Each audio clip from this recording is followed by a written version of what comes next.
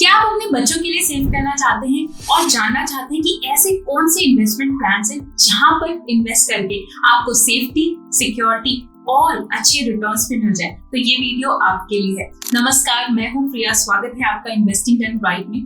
अगर आपने अभी तक चैनल को सब्सक्राइब नहीं किया है तो कृपया सब्सक्राइब कर लें ताकि आपको नए वीडियोस की नोटिफिकेशंस आती रहे। आज के समय में ना मार्केट में बहुत तरीके के इन्वेस्टमेंट प्लान्स अवेलेबल हैं और चाइल्ड इन्वेस्टमेंट के नाम पर ना आपको ऐसे प्लान्स थोप दिए जाते हैं जिनमें आपको सेफ्टी, सिक्योरिटी तो मिल जाती है लेकिन रिटर्न्स नहीं मिलते हैं और इनफैक्ट लिक्विडिटी बहुत लो होती है जहां से आप इजीली इन्वेस्टमेंट नहीं निकाल सकते। तो इस वीडियो में हम ऐसे इन्वेस्टमेंट स्कीम्स के बारे में बात करने वाले हैं जहां पर आपको सेफ्टी, सिक्योरिटी और अच्छी रिटर्न्स भी मिल जाए। और वीडियो के एंड में हम इस बारे में भी बात करेंगे कि ऐसे कौन से इन्वेस्टमेंट ऑप्शंस हैं जिनमें आपको बिल्कुल भी इन्वेस्ट नहीं करना चाहिए। तो चलिए शुरू करते हैं। सबसे पहली इन्वेस्टमेंट स्कीम जो है वो गवर्नमेंट बैक इन्वेस्टमेंट स्कीम है। वैसे तो गवर्नमेंट की बहुत सारी स्कीम्स में इंटरेस्ट रेट कम रहता है, लेकिन ये एक ऐसी स्कीम है जहां पर इंटरेस्ट रेट्स आपको अच्छे खासे मिल जाते हैं। मैं बात कर रही हूँ सुकन्या समृद्धि योजना की, जो कि गवर्नमेंट की एक पावरफुल बैक स्कीम है जिसका मेन ऑब्जेक्टिव है बेटी पढ़ाओ बेटी बचाओ। इस स्कीम की पता सबसे खास बात क्या है? यहाँ पर आपको एटीसी में डिडक्शंस भी मिल जाते हैं। इस स्कीम में एंटर करने की एलिजिबिलिटी होती है आपकी गर्ल चाइल्ड की एज 10 इयर्स या उससे कम होनी चाहिए। यहाँ पे मिनिमम डिपॉजिट होता है जो कि आपको हर साल करना होता है, वो होता है 250 रुपीज का। तो अगर यहाँ पर आप अकाउंट खुलवाते हैं तो मेक श्योर करें कि मिनिमम डिपॉजिट तो हर साल करें ताकि आपका अकाउंट इनएक्टिव जोन में ना चला जाए। मैक्सिमम डिपॉजिट 1.5 लाख रुपए का होता है। उससे ऊपर अगर आप डिपॉजिट करते हैं तो आपको उस पर कोई इंटरेस्ट नहीं मिलेगा। तो 1.5 लाख से ज्यादा यहाँ पर आप इन्वेस्ट ना करें। यहाँ पे जो इंटरेस्ट रेट चल रहे हैं वो करंटली 8.2% के चल रहे हैं, जो कि बहुत अच्छे हैं और ये क्वार्टरली बेसिस पे रिवाइज होते रहते हैं। टैक्स बेनिफिट्स की बात कर ले तो ये स्कीम की सबसे अच्छी बात है कि ये ट्रिपल ई की कैटेगरी में आता है। उसका मतलब होता है एग्जेम्प्ट, एग्जेम्प्ट, एग्जेम्प्ट। यहाँ पर आप जो अमाउंट इन्वेस्ट करते हैं एज अ प्रिंसिपल, उस पर भी आपको टैक्स में एग्जेम्पशन मिल जाती है।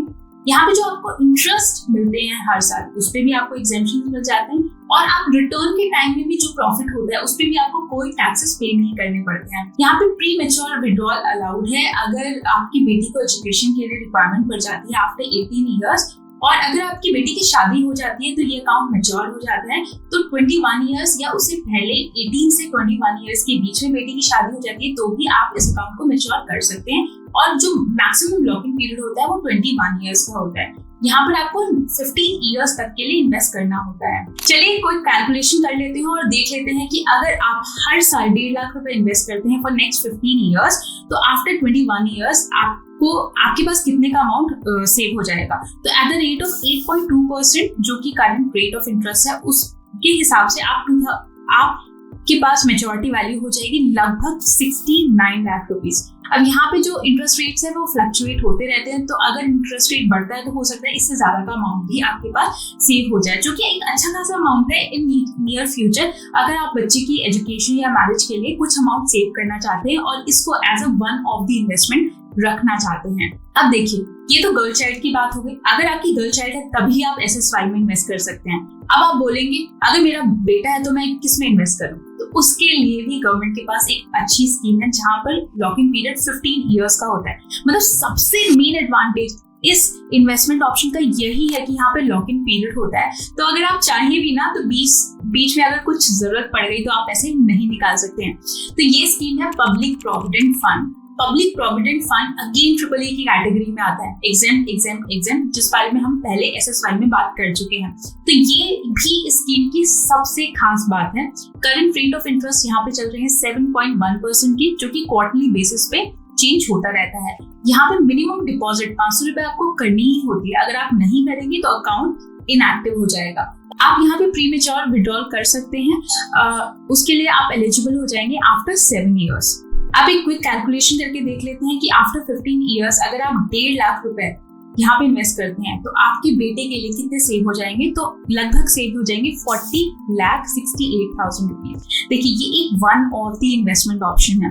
आप बोलेंगे कि इसकी वैल्यू कितनी रह जाएगी इन फ्यूचर। इसको आप अपने बच्चे के लिए एक as a one investment option रख सकते हैं। इसके अलावा आप मल्टीपल जगह पे भी इन्वेस्ट कर सकते हैं ताकि आपको यहाँ पे सेफ्टी मिल जाए और आप ऐसी जगह पे भी इन्वेस्ट कर लें जहाँ पर आपको रिटर्न्स मिल जाए।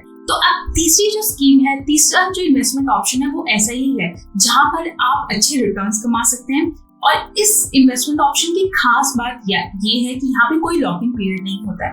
मान लीजिए आप एक ऐसे इन्वेस्टमेंट ऑप्शन के बारे में देख रहे हैं जहां पर आप अपने बच्चे की एजुकेशन के लिए सेव करें, बीच में भी जरूरत पड़ जाती है पैसों की, तो भी आप यहाँ से विड्रॉ कर सके, तो आपको एक ऐसा ऑप्शन चाहिए, तो वो आते हैं म्यूचुअल फंड्स में। म्यूचुअल फंड्स की सबसे खास बात ये है कि यहाँ पे कंपनी के स्टॉक्स और शेयर्स में इन्वेस्ट होते हैं। आप यहाँ पर अपने हिसाब से सेफ्टी चूज कर सकते हैं। अगर आपको हाई रिटर्न्स चाहिए तो हाई इक्विटी चूज कर लीजिए, अगर आपको सिक्योरिटी चाहिए तो डेट वाले म्यूचुअल फंड्स इन्वेस्ट कर लीजिए। यहाँ पर मैं आपको एक तरीका बताती हूँ जहाँ पर आप केवल 2000 रुपए मार्क से स्टार्ट करके 50 लाख रुपए तक अपने बच्चे के लिए सेव कर सकते हैं। देखिए, अगर आप मंथली कंट्रीब्यूट करते हैं 2000 रुपए, तो एनुअल इन्वेस्टमेंट कितनी हो गई? 24,000 रुपीज हो गए। अब यहाँ पर अगर आप किसी भी इंडेक्स फंड में इन्वेस्ट करने के लिए जाएंगे तो वहाँ पे 7 to 10 ईयर्स के होराइजन पे उन्होंने 12% के रेट ऑफ रिटर्न दिए हैं, और ये बहुत ही सेफ फंड्स होते हैं। तो आप किसी इंडेक्स फंड को चूज करते हैं तो हम मान लेते हैं कि वहां पर आपको 12% के रेट ऑफ रिटर्न मिल जाएंगे। तो आपका पूरे फर्स्ट ईयर में पूरा टोटल इन्वेस्टमेंट हो गया 24,000 रुपीज। ग्रोथ कितना होगा? 2,880 रुपीज। तो टोटल वैल्यू हो गई 26,880 rupees at the end of first year. अब क्या करेंगे?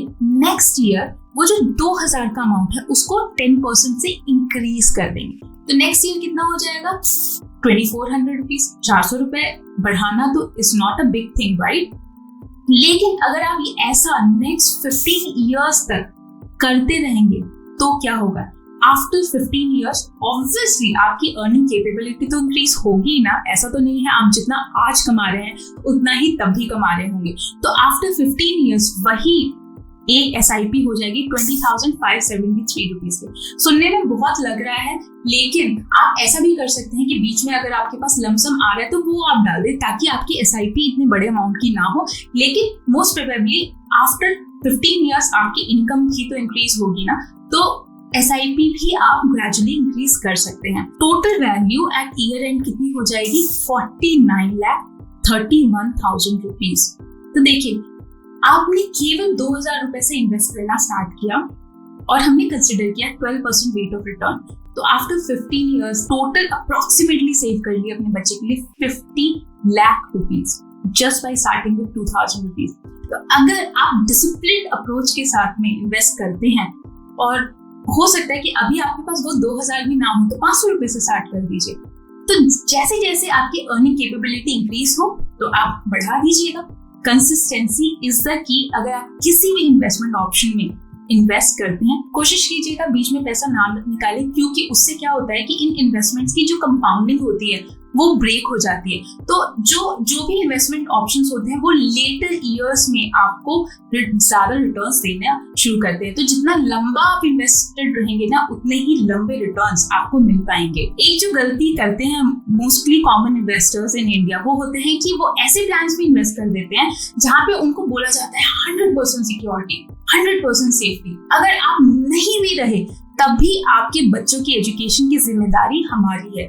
तो ऐसे करके ना इस तरीके के यूलिप्स प्लान्स बहुत ही धड़ल्ले से बहुत ज्यादा मार्केट में बिकते हैं, क्योंकि हम चाहते ही हैं कि हमें अपने बच्चों की एजुकेशन को सिक्योर करना है। तो इस वजह से हम कोशिश करते हैं कि ऐसे ही इन्वेस्टमेंट ऑप्शंस में सेव करें। यहाँ पे सबसे बड़ा नुकसान पता है क्या होता है कि ना पैसा लॉक्ड इन हो जाता है, आप ना उसको विड्रॉ नहीं कर सकते हैं। लेकिन इसको एक एग्जांपल से समझने का कोशिश करते हैं कि ऐसा मैं क्यों बोल रही हूँ, क्यों आपको यूलिप्स नहीं खरीदने चाहिए। लेट्स से आपने एक यूलिप परचेज किया जिसमें आपको मंथली 8,000 रुपीज इन्वेस्ट करने हैं, नेक्स्ट 10 ईयर्स के लिए करने हैं, और मेच्योरिटी उसकी 20 ईयर्स की है। तो टोटल इन्वेस्टमेंट कितना हो गया? 9.6 लाख रुपीज हो गए। तो आपको वो बोलेंगे कि 9.6 लाख का आपको इंश्योरेंस हम दे देते हैं। मतलब अगर आपको कुछ हो गया और आप इन्वेस्ट नहीं कर पाए तो हम 9.6 लाख रुपीज आपके बच्चे को दे देंगे, ठीक है, ताकि उसकी एजुकेशन उससे कवर हो जाएगी। अगर आपको कुछ नहीं होता है तो after maturity which is after 20 years वो 9.6 लाख आपको पूरा मिल जाएगा, ठीक है। और प्लस अगर मार्केट में कोई प्रॉफिट हुआ तो वो आपको मिल जाएगा। देखिए, अगर प्रॉफिट नहीं हुआ मार्केट में आफ्टर 20 इयर्स, आपने 9.6 लाख जो इन्वेस्ट किया ना उतना ही मिलेगा, उस पर कोई अप्रिसिएशन आपको नहीं मिलेगा। तो क्यों इतना कॉम्प्लिकेट करना है? 2000 से ही स्टार्ट करो ना, म्यूचुअल फंड में इन्वेस्ट कर दो, ऐसी जगह पे इन्वेस्ट कर दो, एसएसवाई में इन्वेस्ट कर दो, पीपीएफ में इन्वेस्ट कर दो, ऐसी जगह पे इन्वेस्ट कर दो जहाँ पर आपको कुछ एप्रिसिएशन वैल्यू तो मिले और आप पैसे भी निकाल सकें। म्यूचुअल फंड्स में तो आप पैसे भी निकाल सकते हैं कभी भी। तो इस तरीके की इन्वेस्टमेंट ऑप्शंस में जब आप इन्वेस्ट करेंगे तो बीच में अगर जरूरत भी पड़े वहां से भी आप निकाल सकते हैं और आपको आपकी इन्वेस्टमेंट अमाउंट पे एक अच्छी एप्रिसिएशन वैल्यू भी मिलेगी। इंडियन इन्वेस्टर्स ना मोस्टली एक और गलती करते हैं। हर एक फैमिली में ट्रेडिशन होता है गोल्ड देने का अपने बच्चों को जब उनकी शादी होती है। तो उस चक्कर में हम क्या करते हैं, शुरुआत से ही गोल्ड इकट्ठा करना शुरू कर देते हैं और गोल्ड को ज्वेलरी की फॉर्म में बाय करना शुरू कर देते हैं, ताकि जब तक बच्चा शादी की एज में पहुंचे तो हमारे पास एक अच्छा खासा गोल्ड इकट्ठा हो गया हो। लेकिन यहाँ पे ये समझना जरूरी है कि वो गोल्ड एक यूटिलिटी का फॉर्म है, मतलब आप उसको यूज करने के लिए खरीदते हैं। आप उसको तभी बेचने के लिए जाएंगे जब बहुत ही संकट, बहुत ज्यादा इश्यू, फाइनेंशियल इश्यूज आप फेस कर रहे हैं, तभी आप जाते हैं गोल्ड खरीदने के लिए। अगर आप गोल्ड में इन्वेस्टमेंट के रूप में पैसा डालना चाहते हैं तो उसके लिए बहुत तरीके की ऑप्शंस अवेलेबल हैं, क्योंकि जब आप ज्वेलरी की फॉर्म में गोल्ड खरीदते हैं तो वहां पे आप मेकिंग चार्जेस भी पे करते हैं और आपने वो ज्वेलरी खरीद तो ली, लेकिन आफ्टर 15 ईयर्स आपके बच्चों को तो वो ओल्ड फैशन लगेगा, तो आपको फिर से उसको रीडिजाइन करवाना पड़ेगा और फिर से उसमें रीमेकिंग चार्जेस पे करने पड़ेंगे। क्या हो अगर आप एक ऐसी जगह पे इन्वेस्ट करें जहां पर आप फिजिकल गोल्ड ना खरीद के डिजिटल गोल्ड खरीदें और वो डिजिटल गोल्ड जब आपको रिक्वायरमेंट पड़े आप उसको ज्वेलरी की फॉर्म में कन्वर्ट करा लें, आपको वहां से एक्चुअल सोना मिल जाए और आपको वो मेकिंग चार्जेस भी जो बार बार पे करने पड़े वो केवल एक ही टाइम पे करने पड़े जब आप उसको ज्वेलरी की फॉर्म में कन्वर्ट कराने के लिए जाएंगे। तो उस कैटेगरी में एक एक्सीलेंट इन्वेस्टमेंट ऑप्शन है सॉवरेन गोल्ड बॉन्ड्स का। सॉवरेन गोल्ड बॉन्ड्स की value in last 9 to 10 years बहुत ज्यादा इंक्रीज हुई है। तो अगर आप सॉवरेन गोल्ड में इन्वेस्ट करते हैं वहां पे 5 इयर्स का लॉक इन पीरियड होता है जो कि आपको सर्व करना होता है, और इनफैक्ट आप सर्व नहीं भी करते हैं तो आप उसको सेकेंडरी मार्केट मतलब शेयर मार्केट में जाकर ट्रेड कर सकते हैं। तो वो लिक्विडिटी का ऑप्शन ना ऑलवेज अवेलेबल होता है, लेकिन इन बॉन्ड्स के थ्रू आपको अच्छे रिटर्न्स भी मिल जाते हैं। तो इस तरीके से अगर आप गोल्ड में इन्वेस्ट करेंगे तो आपको नुकसान की जगह पर ज्यादा फायदा होगा।